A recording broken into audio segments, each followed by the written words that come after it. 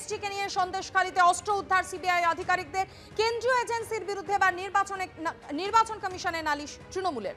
সন্দেশখালীর একটি ফাঁকা জায়গায় অনৈতিকভাবে তল্লাশি চালায় সিবিআই।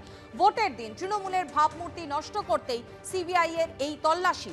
ভোটের মধ্যে এই ধরনের অভিযান ভোটারদের মনে প্রভাব ফেলতে পারে অভিযোগ করে নির্বাচন কমিশনে চিঠি দিল তৃণমূল কংগ্রেস। আইন শৃঙ্খলা সম্পূর্ণ রাজ্যের দায়িত্ব, অথচ তল্লাশির বিষয়ে কিছুই জানানো হয়নি।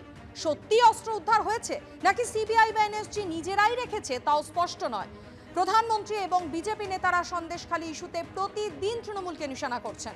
আরও একবার প্রমাণিত হলো সিবিআইকে বিজেপি এবং কেন্দ্রীয় সরকার অনৈতিকভাবে ব্যবহার করছে। ভোট চলাকালীন কোনো কেন্দ্রীয় এজেন্সি যেন রাজনৈতিক দলের বিরুদ্ধে পদক্ষেপ করতে না পারে, কমিশনের কাছে এই আবেদনও জানানো হয়েছে তৃণমূল কংগ্রেসের তরফ থেকে পাঠানো চিঠিতে।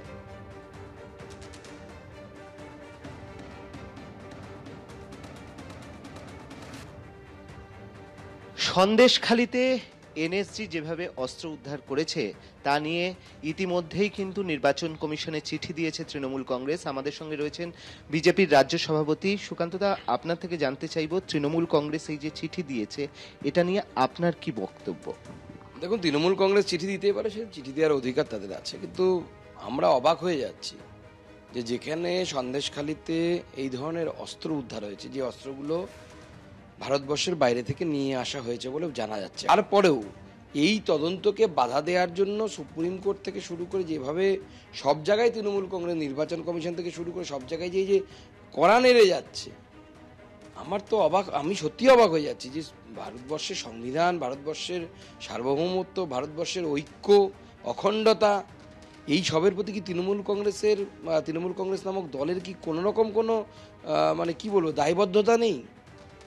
একটা জিনিস সেখানে বলা হচ্ছে এই চিঠিতে যে সন্দেশখালীর একটি ফাঁকা জায়গায় অনৈতিকভাবে তল্লাশি চালায় সিবিআই। ভোটের দিন তৃণমূলের ভাবমূর্তি নষ্ট করতে সিবিআই এর এই তল্লাশি। তো ভোটের মধ্যে এই যে অভিযান সেটা ভোটারদের মধ্যে প্রভাব ফেলতে পারে, কি বলুন?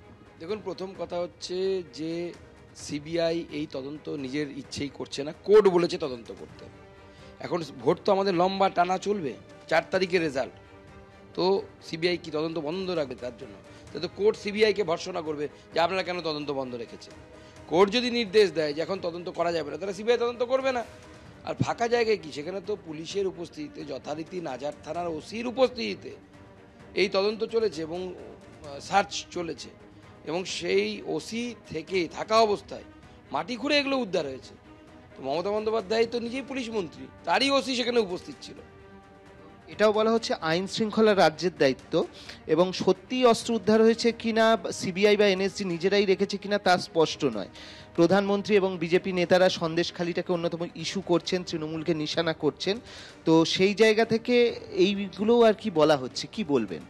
দেখুন, আমরা অনেক রাজনৈতিক দল দেখেছি যারা আমাদের আদর্শগতভাবে অত্যন্ত বিরোধী, যেমন সাউথ ইন্ডিয়ায় ডিএমকে হোক বা আমাদের কমিউনিস্টরা হোক, কিন্তু দেশের ক্ষেত্রে কেউ এইভাবে যে দেশকে ধোঁকা দিতে পারে, দেশের দ্রোহিতা করতে পারে, এটা একমাত্র তৃণমূল কংগ্রেসের সম্ভব।